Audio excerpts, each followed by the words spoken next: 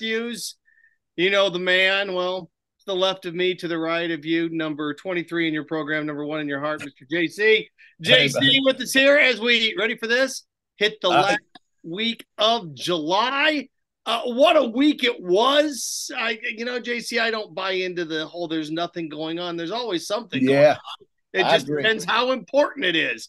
And I got a couple things, and I'll let you decide where you want to start this waltz. The Rays are 4-14 in the month of July. They had a Awful. 9-game lead. Now they're 4 back in the loss. SEC media days are over. They have picked members of the media Georgia to win the East, Bama to win the West. Jaden Daniels is first team quarterback. Got some other interesting things in there, but SEC media days, as we now know, where we, at least members of the media, feel things are going to take place. And then the Open Championship, Brian Harman, the Georgia Southern product wins. Live Golf and PGA started off as such a fantastic blow for blow back in March. And I think with, who was it? Wyndham, whatever. It sounds like a hotel chain. Mark. Clark wins the U.S. Open, and Brian Harman wins the Open. It kind of fizzled here a little bit at the end, at least in terms of pomp and circumstance. So a lot of other things going on as well. So I'll let you Yeah. decide where you Well, want to begin today. well, let's just start with what Brian did yesterday. You know, he shoots 70 in the final round. He had 2 bogeys to start off his day, and things got, I don't know if you call a 4-stroke lead a little dicey, then that's where we were. But he was so good throughout the weekend. Clearly the best ball striker, clearly the best putter, and his scrambling percentage was number 1. So meaning he was getting up and down off those greens and doing the things that you have to do, making putts that you have to make to win a tournament of that status. And look, the weather affected everybody yesterday. So really, I think the field had the job of trying to catch him. All he had to do was just basically hit it in the middle of the green and 2-putt, but instead he actually shot 70 or 1 under and had a birdie, and to basically lock it up there on the back 9. I think for Brian Harman, 6 years without a win, winning this, $3 million, 600 FedEx Cup points. He's clearly now going to make the Ryder Cup team with Zach Johnson also as the captain of the Ryder Cup team. Likely the first guy, I think, who saw him yesterday before he signed his card after his round. So I'm very impressed with Brian Harman. Very impressed, and I'm glad to see him win. I'm glad to see an American win, and I'm glad that the Ryder Cup team is going to likely, in all likelihood, include Brian Harman. It should, and I think he's going to contribute. I think he can play these courses, and I think he's the kind of guy that has the moxie at 36 years old to win majors. This is his first win, obviously. I don't know if he's got another one in him, but for a guy 5'7", 145, 155, he's a monster on the golf course, and he showed it with his 4 days of brilliance at Royal Liverpool. And it was hard. Yesterday was hard, but it was hard for everybody. And he shot 70, and that's all you needed to do. All right. JC, Seth Hart, you're a hardcore golf guy. You are. I am a sports fan. I am a all-encompassing guy. I am a, boy, you better give me a reason to watch guy. And this is why I thought, starting with Saturday at the U.S. Open, golf lost me this year. You mean British Open? No, I'm talking back to the U.S. Open. Wyndham Clark, it lost me. Oh. Remember Ricky Fowler came out Thursday and Friday? I need, if you're not a name, I need something. I need John Daly, right? If you're not a name, I need some. You don't need to be a caricature, but you need to have something. Tiger Woods had the personality of a throw rug, and it was fine because he was dominant and he was monstrous. I look around, I went through and looked at some things, right? For the 5th time in 8 years, we had 4 different major winners. And Yeah. people may say, well, parity is a good thing. No, it's not. You look at sports, when people consume sports, you don't need dynasties, but you need relevancy at the top. I'm happy for guys like Wyndham Clark and Brian Harman, but another year goes by, no Dustin Johnson, no Jordan Spieth, no Rory McIlroy winning a major. Now at the beginning, Jon Rahm, I mean, he wins the Masters. Then you have Brooks Koepka that wins the PGA. We're like, all right, now we're starting to stockpile some good here. You had Liv and the PGA fighting. Let's face it, JC, this is hard to believe, but there were times in May that golf was the number one story in all of sports because of fighting factions. Then what happens? They get together, they sing Kumbaya, which fine, it's business is business. And then if I took a picture of Brian Harman and Wyndham Clark out there to Buffalo Wild Wings or a sports bar, 95, 100 people couldn't tell me who they are. No, it's true. It's true. But remember this, Seth. Remember, the reason why you're missing Dustin Johnson and Brooks Koepka and all these guys who have resurfaced is because they did play on the LIV Tour. You didn't watch them. There was no distribution of that. Nobody watched it.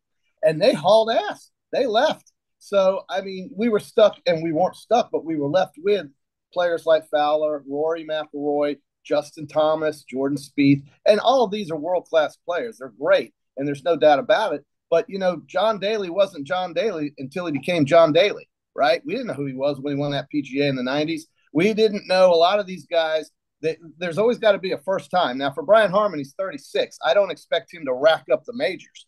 But it's a story that if you follow golf, you would appreciate it because he's not the most physical guy. You know, he's a little guy, hits a great golf ball. And if you love golf, you have to appreciate those skills. He's not a big hitter, but he hits it well enough to compete on that circuit.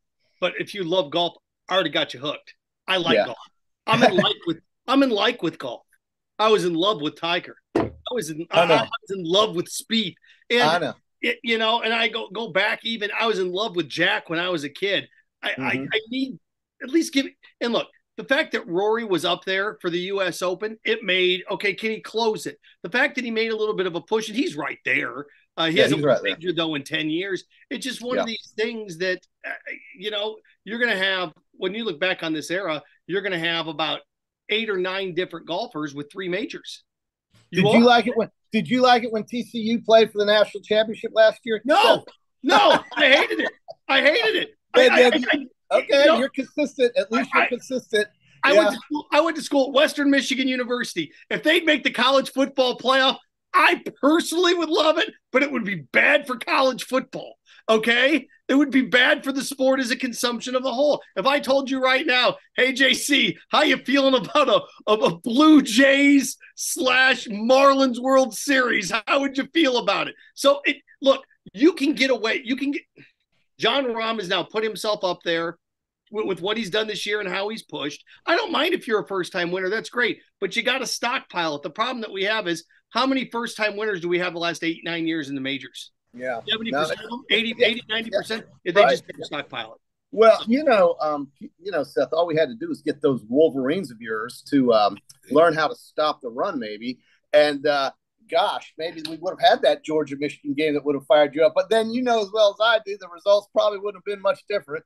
So, I mean, look, Seth, we already saw Georgia-Michigan the year before down in the Orange Bowl, down in Miami, and that wasn't much fun for Michigan fans. So, I mean, something tells me you may see Georgia and Michigan again coming up here. I forgot to do this to start things off, but it's Pot Up with Matthews in the morning, coming to you live from the Crime Prevention Security System Studios. Large enough for you, small enough to care. You got any questions for us? Fire away via Facebook Live, courtesy of Meldon Law, the only official injury and accident law firm partner of the Florida Gators. JC, there's one thing that can save to me, which was a fizzling firework of an ending for the PGA, or at least golf, and that would be the Ryder Cup, but we don't get that, do we? Well, the Ryder Cup is in September, and we you know, but I'm going to be thinking about football. And you mentioned, let me just go back for a second, something you mentioned, that the SEC folks picked Alabama to win the West, but Jaden Daniels to be the best quarterback. I don't know how Alabama wins the West unless they have a really good quarterback. I mean, like really good, because they're going to have to beat Jaden Daniels. And, it's going to be in Tuscaloosa and so forth. But without a good quarterback, it doesn't matter where they play a lot of times. So, here's a fun fact, though, for all of our Alabama fans that I know are not on this podcast. But, since Greg McElroy won it in 2009 with Alabama, 5 of the 6 national championships under Nick Saban have come in years they had a first-time starting quarterback, which would include this year. So 5 of the 6 with a first-time starter that we don't know of.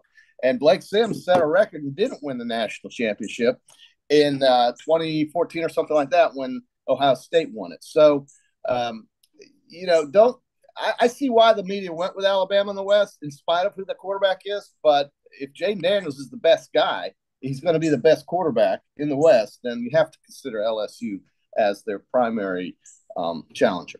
Here's what's interesting about this, because after I tell you what I'm about to tell you, you're like, that doesn't make sense. And there's a reason it doesn't make sense, because it doesn't. All right. Bama, LSU, A&M, Ole Miss, Arkansas, Auburn, Mississippi State.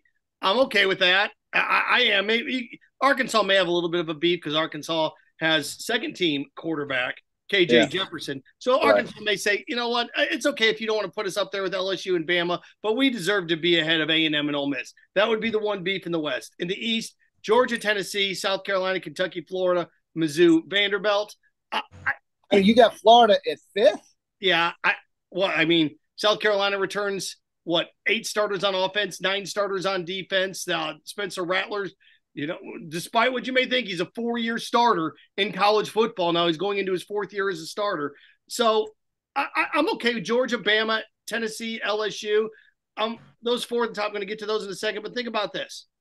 Florida didn't have a first or second teamer for the first time that I could ever remember on offense, defense, or special teams. They did get a third teamer, Trevor Etienne, is third team running back, Princely on the defensive line, third team, and Jason Marshall, third team DB. It's a show me situation. It truly is.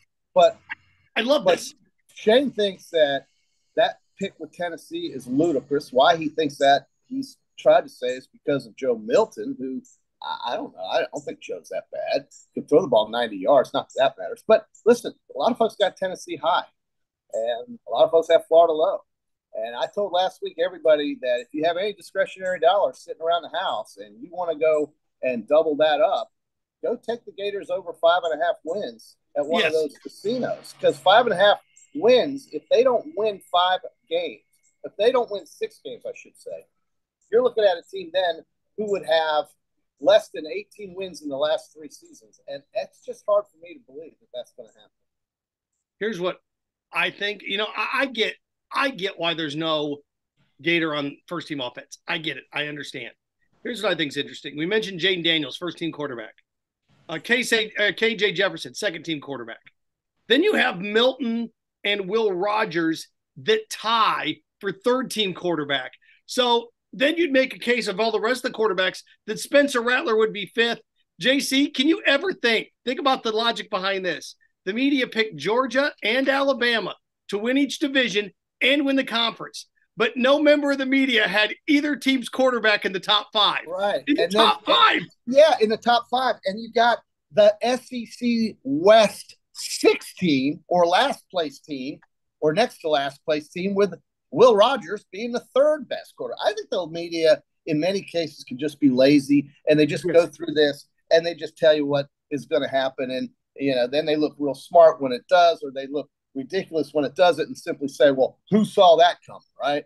I don't know if Will Rogers is going to be that good. Is Mississippi State not going to pick somebody off in the West? I know the West is brutal, but you're going to put Auburn ahead of them? Why? Because Hugh Freeze is coaching there? Well, Hugh Freeze is impotent if he doesn't have the guys, okay? He's no different than anybody else. If you don't have those guys out there on the field, I don't care what plays you're calling. You got Will Rogers over here who set passing records under Mike Leach offense. And I know they're going to get around and try a different offense, and maybe he'll bomb. But according to the SEC media guys, he's going to be the 3rd team SEC quarterback. I just think I think it's fascinating that not Alabama nor Alabama or Georgia. We didn't vote. We didn't get to be in person to vote and I get why you picked Georgia and Bama to win the conference. I get it. I probably would have picked LSU to win the West because they have the best quarterback, but I get it. But to sit back and think about what that tells you, how much talent those two teams have, that you couldn't do that. You couldn't do that in any conference. Could you imagine picking Ohio State versus or Michigan v.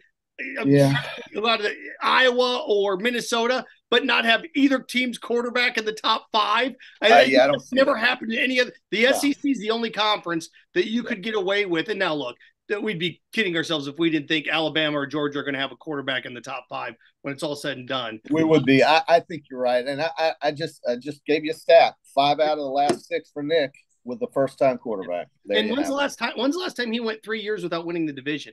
Uh, If he lose it this year, he'd be going into year 3. not sure that's happened. Not in Sure Alabama. No, and again, I bring up Blake Sims. He's the school's passing leader, and he didn't even win they didn't win it that year with him. And he was great. Nobody knew who the hell that guy was. He was throwing it to Kenyon Drake all day.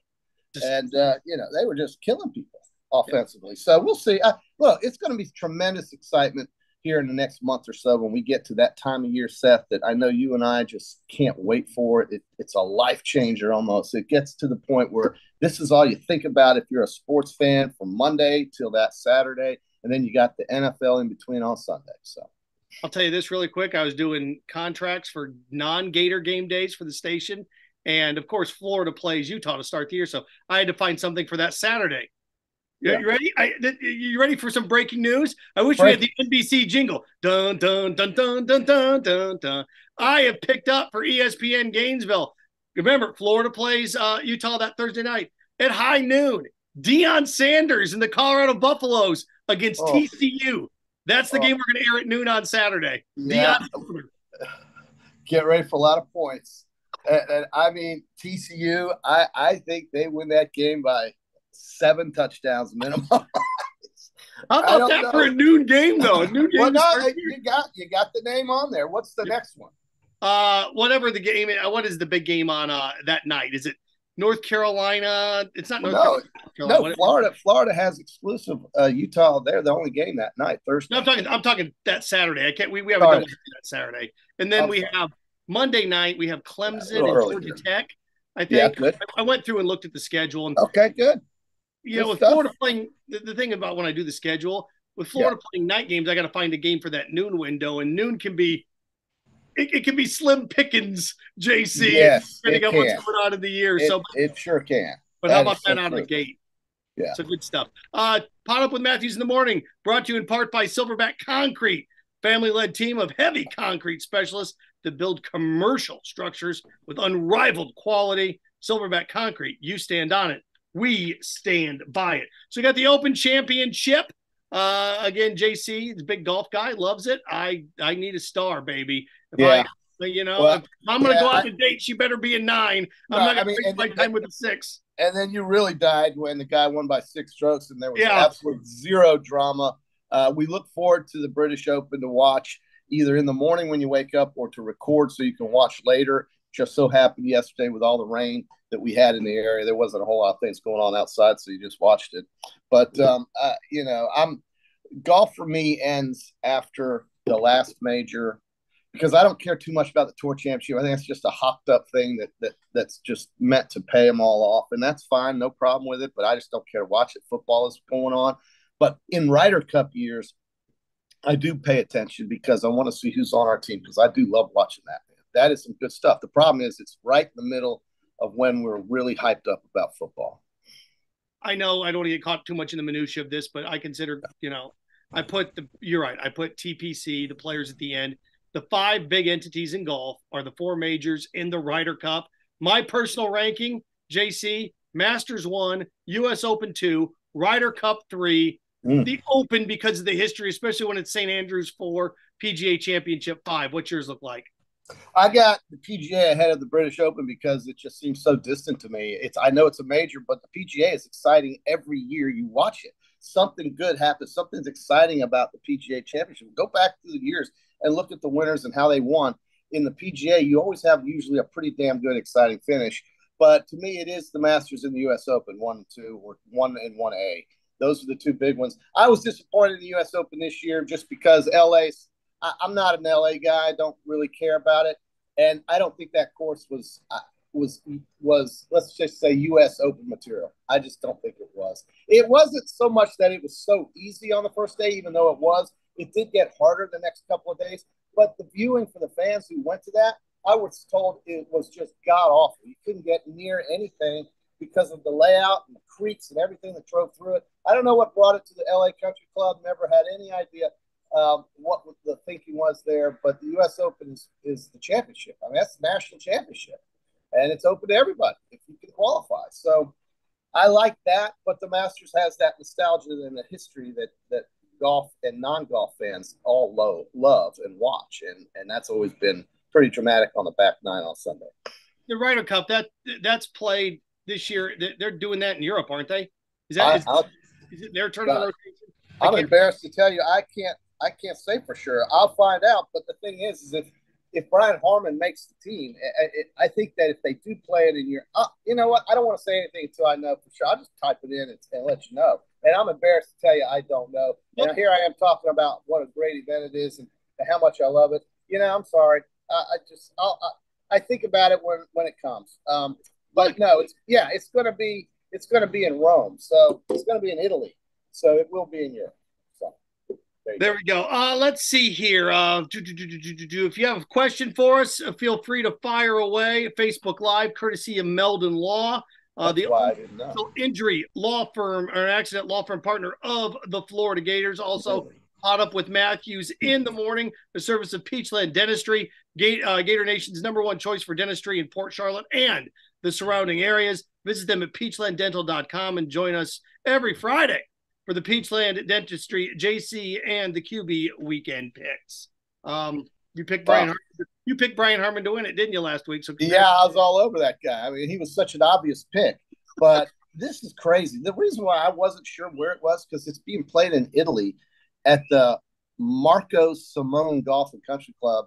Italy doesn't come to mind when you think of great golfers or winning golfers. I mean, Molinari, I did think he did win the U.S. Open one year, but Francisco Molinari, that's it. I can't think of any Italian golfers. There they are going to Italy. So, yeah. All right. Now that I know that, now that that's done, and here's the problem too. They're going to be 7-8 hours ahead of us, or 6, 7, 8 hours ahead of us. Well, there you go. You can get up, watch the Ryder Cup, then watch the 9 a.m. probably Berlin or whatever European NFL game is on Sunday, and there you go. So there you go. Oh, okay. So, you know, I got a bunch of let's see, questions rolling in. Seth, Jason, how many wins do you think for the Gators this year? I mean, I'm going to have to see Graham Mertz before. Look, from what we know right now, talent-wise, the talent that we've seen, the questionable at quarterback, if you were picking more than 7 wins, you're guessing. I think. Shane is emphatic about 8 wins. He is so baby. He'll bet his 1992 Chevy Tahoe on that. Okay, he loves that car. He's owned it for 30 years, and he'll bet that Tahoe on that 8 wins. So he's emphatic about it. He absolutely is. If you've watched this show in the last month or so, you would know that. I'm not nearly as confident about those 8 wins as he is. I think the schedule is damn hard, and I think we're going to learn a lot after that game in Salt Lake City, because that game in Salt Lake City is going to be backed up by a game with Tennessee 2 weeks later. All right? So you're looking at 2-1, 3-0, or 1-2. That's what you're looking at. Simple as that. And so I just can't say. I just don't know. I'll go out and say I'll just be different than Shane and say 7. How's that? 7. Well, there's games in there that you check the boxes automatics, right? What are the automatics this year? Who's coming in here? What is Charlotte coming in this year? I'm trying to think what the check the boxes are. Charlotte, McNeese, State. So those are 2 check the boxes. Then you have that next tier, right? That's like Vandy and Mizzou that you should win. So let's say you win all 4 of those. Okay, now you got to find 2 other wins to get to 500. So what are those other wins? South Carolina, who has a ton of talent back. Kentucky on the road. I put Georgia's. To me, if you had to rank the schedule, Georgia's the toughest game that they'll play all year. Then I think after that, after Georgia, probably LSU. Then Utah and Tennessee. Those are the 4 toughest games. If they can steal Arkansas, you got Arkansas. One of those, they'll get to 7 wins. And then you got Arkansas rolling in here with that Jefferson. Yeah. It's gonna be tough. I don't think it's an easy schedule. Oh, and then there's Florida State, who some think will win the ACC. You ask Shane, he thinks they're going to stink. He thinks, they're not going to beat Clemson. They're not going to beat Clemson. They're not going to beat Clemson. The mighty, his beloved Clemson Tigers, who lost to South Carolina last year. And I know last year doesn't matter, but FSU in his mind has no win against Clemson. I think there's a very good chance they could beat Clemson. But that's another tough game for Florida regardless. I don't care what you say. Jordan Travis, Very good player, man. He's a very good player. He was the best player on the field last year in that game. The thing about Florida State is Florida State, and you can take a step back and look at what they've done, and you may not like them as a school, but I respect the job that Mike Norvell has done there because, JC, it's an honest rebuild. Year one, they were bad. They win 3 games. Year 2, they got to 5. Last year, they got to 8. So that's a realistic rebuild, 3 to 5 to 8. And now people expect double digits. That's an honest, good old-fashioned rebuild is what that is. And he's done it there. So I give him a ton of credit. Now, they're not going to win the national championship. No. But could they win 10 games? Yes. And that's the thing that I wanted to pull with you really, really quick here before we hit halftime. Okay. I look back to where we were a decade ago when the SEC had 4 teams with double-digit wins. You look back a decade when Coach Spurrier was at South Carolina, Georgia, double-digit wins. That's when Florida had fallen off a little bit with Muschamp. And then over in the West, you had LSU and you had Bama with 10 wins. JC, I think this year the SEC gets back to having 4 teams with 10 wins. Bama, LSU, Tennessee, Georgia. And then – oh, wow. You got Tennessee winning 10, huh? Yeah. I mean, last year they won 10. And look, I had my doubts until I saw what they did to Clemson in the bowl game with Milton. When I saw what they did, and bowl games don't matter. Yeah, I get it. I understand a little bit. But when you smoke somebody with your backup quarterback that's got a ton of talent like Clemson does, and, is Clemson a college football playoff team? No. But I look at Tennessee's schedule. Yeah, they still have to play Alabama, who they beat at home, have to go to Alabama. They have to what?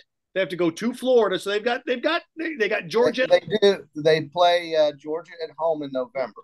Yep. That's Georgia's first, by the way, that's Georgia's first difficult game. It happens in November. Yeah. If you look at that Georgia schedule, it's so laughable that it's not even worth bringing up again. But Tennessee gets them at home in Knoxville. And I know last year everybody got hyped up about that game in Athens, and it was a complete burial. It was a total burial, a dominating game. I can't see that happening again this year in Knoxville. I just think Josh Heupel was a steal that Danny White brought to that university from UCF, and they both came from UCF. And those two guys single-handedly, I think those two guys have changed everything in Knoxville. And I don't know why you would think the old Tennessee is coming back this year just because they got a 5th-year quarterback or a guy who's been playing for 5 years, let's just say that, coming in to start after Hendon Hooker. I know it's a hard act to follow. Hendon Hooker was fabulous, but we didn't really talk about Hendon Hooker until he was fabulous. So I think, I think Tennessee, I think Josh Heupel he is one of the top 3 coaches in my mind in this league. He is absolutely one of the top 3. I know Brian Kelly this, Brian Kelly that. I know Hugh Freeze this, Hugh Freeze that. But after Saban and Smart, tell me the number 3 guy. To me, it's Josh Heupel at Tennessee. He's a winner, dude. He's an absolute winner. And he knows he knows offense as well as anybody else in this league. There's nobody else. You can tell me right now on this show who runs offense as exciting and as good as Josh Heupel in this league. Who? Right now, I mean, Hugh Freeze. That's okay, but he was gone. Okay, that's a good one, but he's starting over there at Auburn. They got, I don't know what they have. Yeah. So, well, it'll be interesting to see what Brian Kelly does now at LSU in year 2 as everybody starts to get more comfortable in the system. He tried to do this spread Kansas City Chiefs type of offense with Notre Dame. He just never had the talent to do it. Now the question is, does he have the talent to do it? We all talk about Jayden Daniels, how great he was. Before that Florida game, he was awful. And he couldn't figure out a simple hitch to save his life. All you had to do was watch him play against Mississippi State. You could have watched him play against Florida State. You could have watched him play against a lot of those teams before the Florida game. He shows up in Gainesville, and all of a sudden, the Gators are there, and he gets well. That just showed you how bad Florida was last year on defense. They're so bad. And Jayden Daniels had his best game against the Florida Gators. And from then on, the confidence built, and he played better. But he was not that good before the Florida game last year. Just look it up. He was awful. We have a bunch of questions we're going to get to. They lost 4 games. I know. Yeah, I know. My God. I know you have a bunch of questions. We're going to get to those coming up. Promise. We've hit the halftime at least stanza here of Pot Up with Matthews in the morning. No, don't confuse yourself. I am not Shane Matthews. I am Seth Harp, backup quarterback today. He is JC. As we're going to pivot just a little bit into baseball, and look forward. The first NFL game of the year is this week. How about that? Now it's a Hall of Fame game, but it is this Thursday. So we're going to just a little bit of tab in the NFL coming up next. He's JC. I'm Seth Harp. In for you here on this Monday, July 24th edition of Pot Up with Matthews in the morning. We want to take this moment to thank our sponsors who keep the show going and pay the bills. Our premium sponsors are Crime Prevention Security Systems, large enough to serve you, small enough to care. Titan MRI, Gainesville's only locally owned and operated MRI facility. Meldon Law, the only official injury and accident law attorneys of the Florida Gators. Peaceland Dental, Gator Nation's first choice for dentistry in Port Charlotte. Campus USA Credit Union. QC Kinetics, live pain-free with QC Kinetics. Dave & Buster's, eat, drink, play, and watch. Our gridiron sponsors are Auto ER, UF Bookstores, Celebration Point Town Center, Silverback Concrete Co., Ruse Ogre State Farm Insurance, Doreen Wibby, Realtor Caldwell Banker, MM Parish.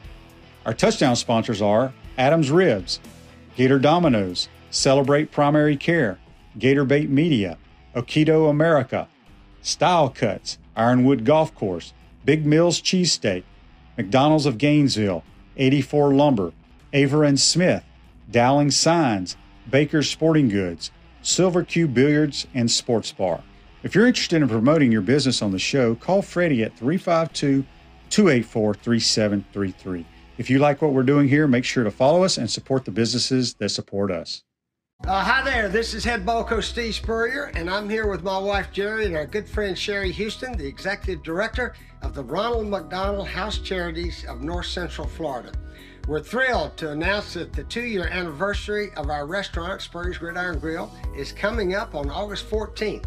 Last year, we had so much fun celebrating with everybody that we're doing it bigger and better this year. We're hosting a special dinner and celebration that will include a chef's choice of premium buffet or your favorite Spurrier Gridiron Grill menu, including a filet mignon carving station, shrimp and grits, short rib risotto, wonderful seafood options, and many dessert options also. Like my famous chocolate. The local Ronald McDonald House. Thrilled to once again partner with Coach Jerry and the Spurrier Gridiron team to raise funds for the Ronald McDonald House, benefiting families and children experiencing medical emergencies. Spurrier's Gridiron Grill will be donating 11% of all of our money from food and 66% of drink sales to the Ronald McDonald House. Go to Spurriers.com right now and reserve a ticket before they sell out. We'll have wonderful food, special guests, and a limited edition of the 2nd year anniversary collector's coins, as well as prizes like a dinner with me and Jerry. We couldn't have become one of the busiest and most successful restaurants in the Southeast without your support. So we want to celebrate with the most important people of our team, and that's you. I want to celebrate with some of those cookies. Do you have any of those? Sure do. Right here for you. Oh, thank you.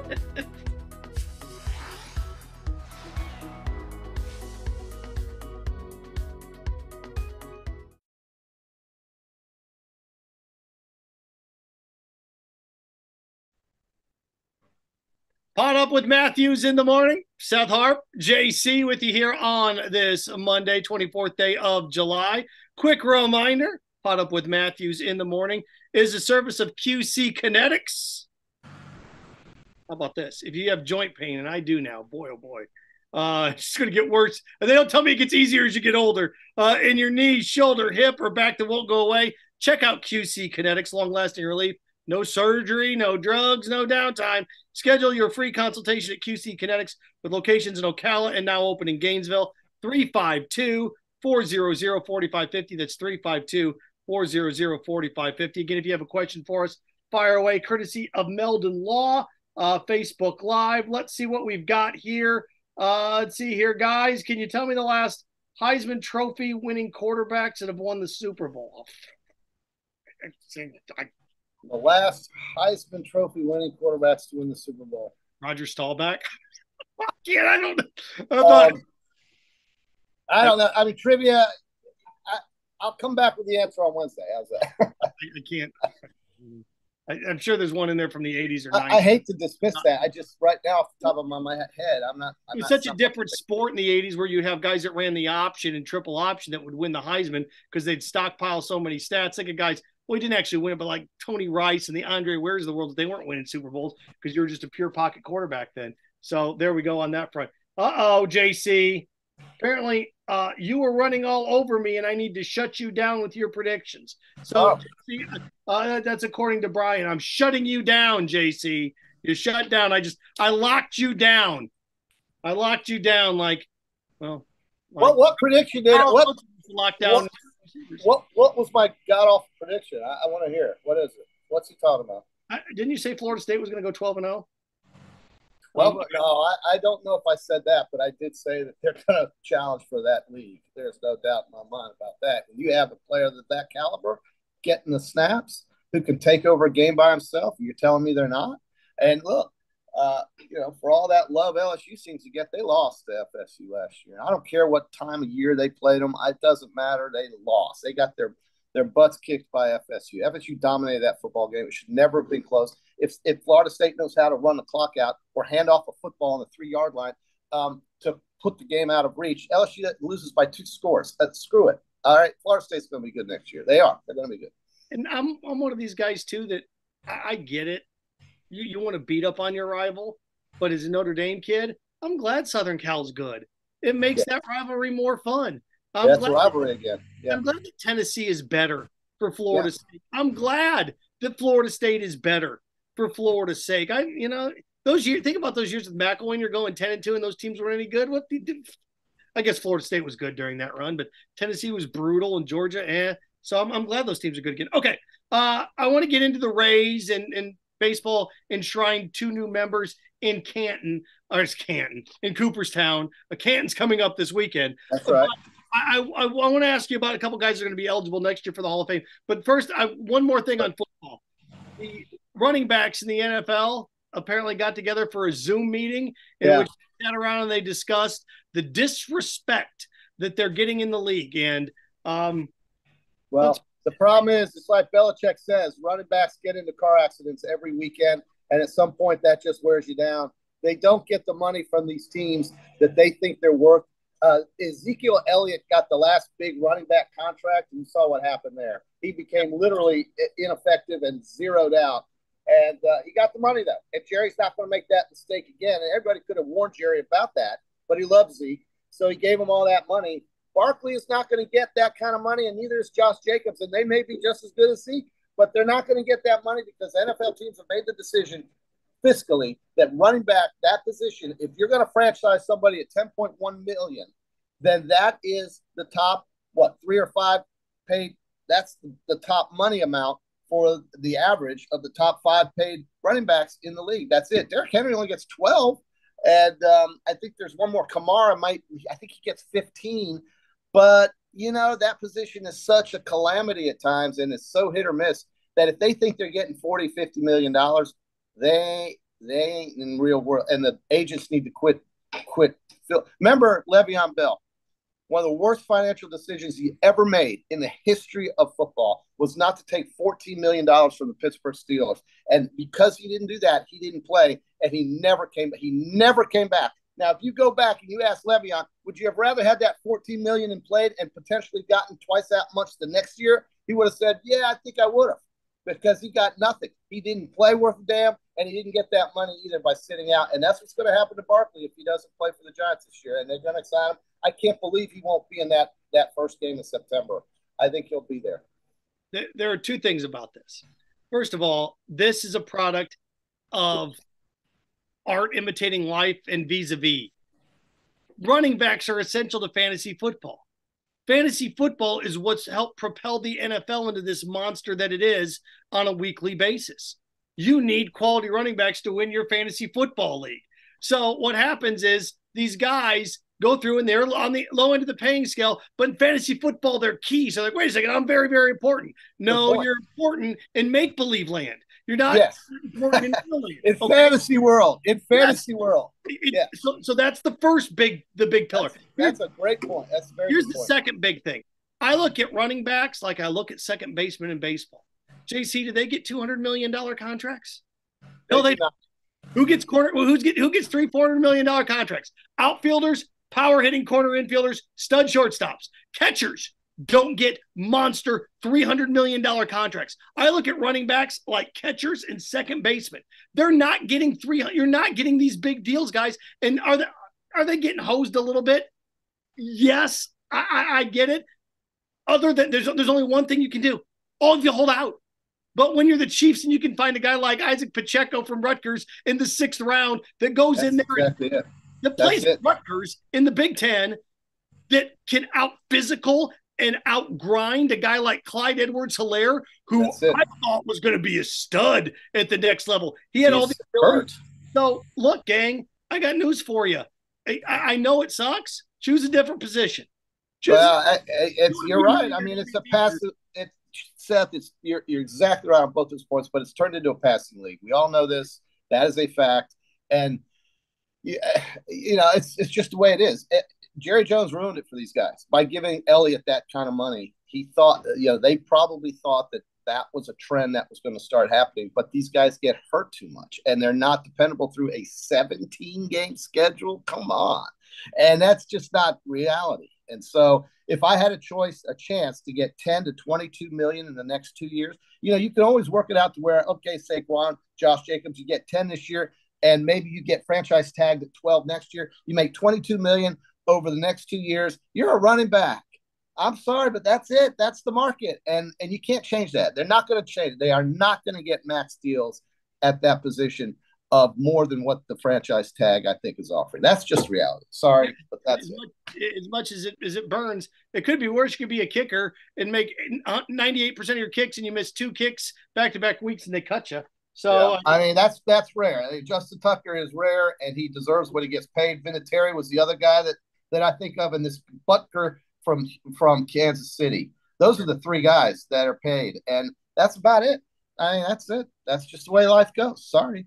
But, you're right. The second baseman, I think Roberto Alomar may have been the highest paid second baseman that I can recall, but I don't know of many that get that kind of money. The pitchers who work 1 day out of 4 are getting the money. Max Scherzer, Clayton Kershaw, they're getting that money, and they work 1 day during the week.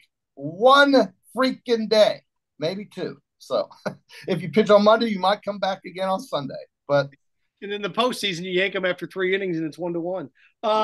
Caught Up with Matthews in the Morning, brought to you in part by Ruse-Olga State Farm Insurance. It's a team of dedicated insurance professionals ready to help life go in the right direction and get you headed down the right path with the right insurance options. You and your family, all part of the umbrella.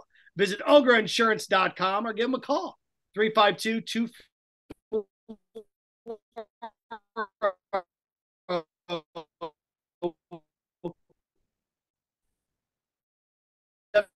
I wrote down some numbers for you. Ready, JC? Go ahead, the Tampa Bay Rays were 47-19. I know. Now they're 61-43, which means they're 14-23.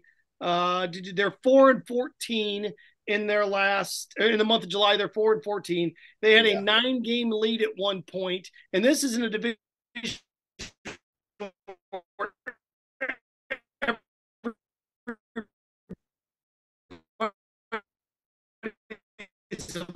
They've gone 3-7 in the last 10 games. The Orioles are a team that have 3 games in hand over Tampa Bay, and that's why you see that big disparity in the loss column, because they have the same number of wins. So actually, it's 4 games in hand.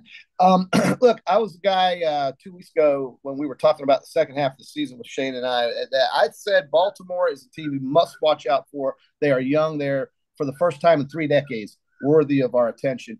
And then I thought Texas and Houston are going to battle it out in the American League West. And in the National League, everybody's saying Dodgers, and that makes sense.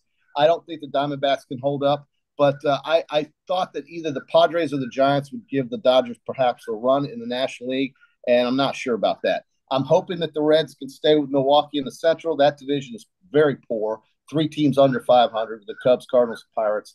And then in the East, we all know it's Atlanta. I mean, let's give Miami a lot of credit for turning their season around, but they're 2-8 in the last 10. So they've gone down the toilet, and they're 11.5 games behind the Braves. I mean, the Braves are just going to have to try to stay awake until we get to October. I mean, the Braves' biggest challenge is going to be showing up at the ballpark and carrying until we get to the playoffs, because once that starts, it's a whole new season and nothing matters after that.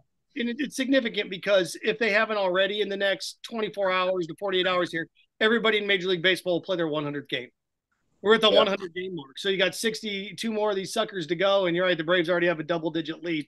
You know, they talked about the Rays making a trade, Dave Robertson, pitcher from the Mets, when the Mets begin their fire sale. What's that look like? And I understand you want bullpen help because, let's face it, the postseason, it's all about that. Your starters give you 3 innings, then you go to the pen for the next 6. So I get that. But and this is what I wrote down because I went through and did a little research on this with the Rays. Randy Arozarena and Wander Franco. Yeah. And I know that Paredes and Diaz are having good years and Series having a good year, but your studs are Randy Arozarena and Wander Franco combined. Last 3 games combined. You ready for this? Yep. Randy Arozarena has 1 home run, 4 RBIs, hitting 179. Wander Franco, 1 home run, 4 RBI, hitting 161. The past 30 games, these guys have 2 home runs, 8 RBI, and are hitting 168. I don't care who you trade for, JC. Stopping your star outfielder, hitting 168 with 2 home runs the last 30 days. You are going to go 4-14 over an 18-game stretch. Yeah. And the All-Star break was bad for these guys. They were rolling, and then that break just kind of put the governor on that throttle. I mean, I don't know. I'm not giving up on them. I mean, it's not over yet, but don't let the Orioles get too far ahead. You won't catch them.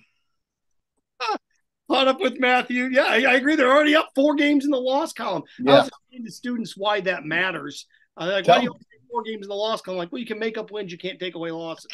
So I attention to the win column. The loss column is everything. I mean, everything. You can be. That's right. You can be 2 out in the win. I don't care. The loss, Doesn't I can't matter. take away losses. So that is correct. The fact that the Orioles have already played 4 more games than them, it's pretty remarkable. That's a lot. That's a lot at this point. No, they've played 4 less. The Orioles are the 4 less games. Maybe I stated it wrong. They are 4 games. Tampa's got 4 games, or they've got 4 games in hand on Tampa. So they'd have to lose 4 in a row. Yep. So that's bad. I mean, that's not what. The loss. You're 100% right. That's what you look at in these standings as we get close. That's right. How about this? It was a celebration in Cooperstown yesterday. Yeah. Celebration. Fred. The Gators come to celebrate. Well, listen, Scott Rowland. Now, okay. Indiana boy. Great player. But this is my problem with this whole Hall of Fame thing. And I know you're either one way or the other. It's not a gray issue. It's black and white. You got Scott Rowland in the Hall of Fame. And who don't you have in the Hall of Fame? And the guy who you don't have in the Hall of Fame has more hits and will likely have more hits forever, maybe, than anybody else who's played. And, he bet on baseball, and he's too stubborn to admit it, and he's maybe a bad dude or what, I don't know. But Pete Rose is out, and Scott Rowland is in.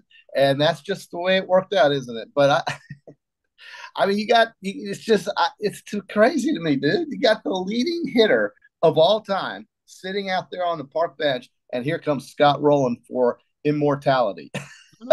Scott Rowland, okay? I mean, sure, he's a great player, but he's Scott Rowland, all right? Come on. And I do agree with Fred McGriff. I think his numbers, they were fine.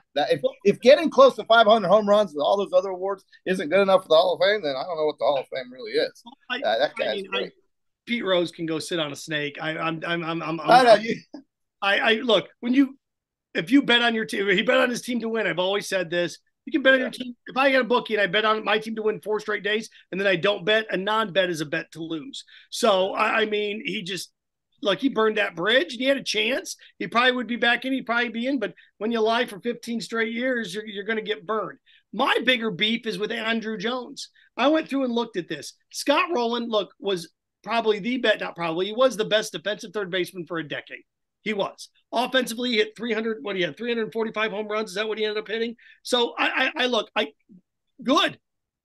But here's the thing.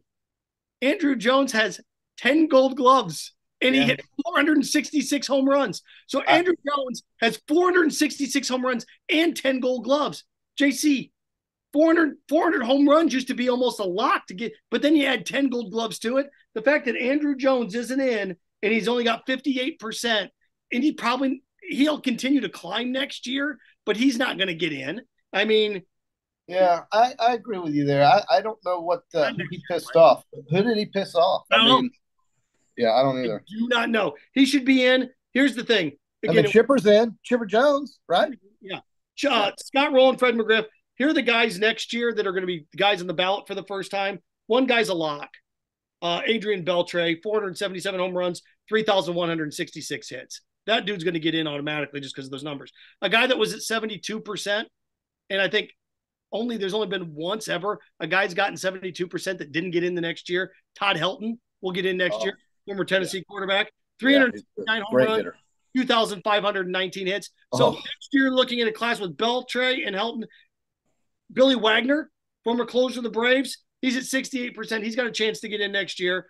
The guys that always pop up that won't get in, Andy Pettit, Gary Sheffield, Omar Vizquel, those guys are there. The question I have for you is, what do you do with a guy like Joe Mauer? He's eligible next year, 3 Gold Gloves, 3 batting titles. He was the number 1 pick. He was, the 3rd best catcher of his era? I think you'd put Yadier Molina and Buster Posey, the Knoll, in front of him, wouldn't you? These are the guys that we're going to be talking about. I think Buster Posey for sure. I don't know about Mauer.